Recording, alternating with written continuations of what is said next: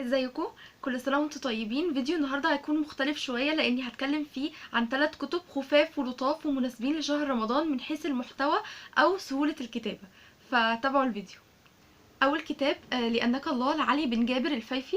الكتاب مش كبير، يعني تقريبا 180 صفحة. الكتاب بيتكلم عن أسماء الله الحسنى، طبعا مش كلها 10 أسماء بس، بيشرحهم وبيقول عليهم قصص وبيقول عليهم مواقف. من ضمن القصص اللي موجودة في الكتاب هقول قصة واحدة بس. بيتكلم عن الحفيظ، فكان بيقول إن ربنا ممكن يحفظك بأعدائك، يعني يخلي أعدائك يحفظوك. ازاي؟ كان بيحكي ان حرامي مره دخل عشان يسرق بيت. المهم ان البيت ده اهل البيت، اصحاب البيت كانوا قاعدين في اوضه، كان الاب والام وطفل كانوا قاعدين في اوضه. فالحرامي دخل الاوضه دي وراح اخد الطفل وطلعه بره الاوضه. المهم لما طلعه الطفل قعد يعيط، فاهله صحوا من النوم ازاي الطفل خرج من الاوضه لوحده وهو رضيع.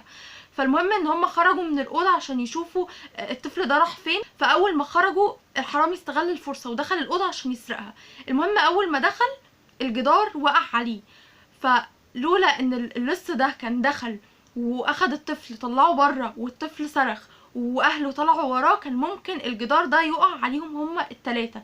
فربنا سبب الاسباب علشان يحفظهم عن طريق الحرامي ده. فدي كانت قصة من الكتاب. الكتاب حلو جدا وسهل جدا ولغته بسيطة، وكمان واخد تقييم 4.5 من 5 على جود ريدز. تاني كتاب عندما التقيت عمر بن الخطاب لأدهم شرقاوي. الكتاب يعني هو كبير شوية، بس يعني لغته والكتاب والكلام اللي مكتوب فيه خليك ما تحسش بحجمه ده.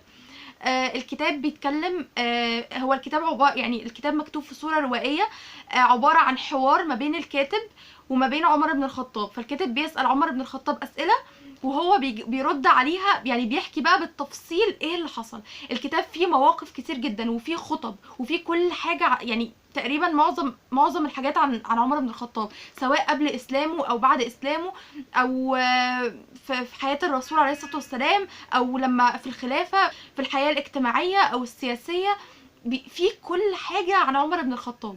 يعني كتاب بجد بجد فيه معلومات حلوة جدا ومعلومات قيمة جدا. في حاجات كنا نعرفها، وفي حاجات انا عن نفسي مكنتش اعرف عنها اي حاجة خالص. الكتاب واخد تقييم 4 من 5 على جود ريتس، وانا بالنسبة لي عطيته 5 من 5 لانه يعني حلو جدا ومفيد جدا، فهتستمتعوا بيه جدا. تالت كتاب، وده كتاب انا بقراه حاليا، قربت اخلصه، فاضل لي تقريبا 30 صفحه فيه.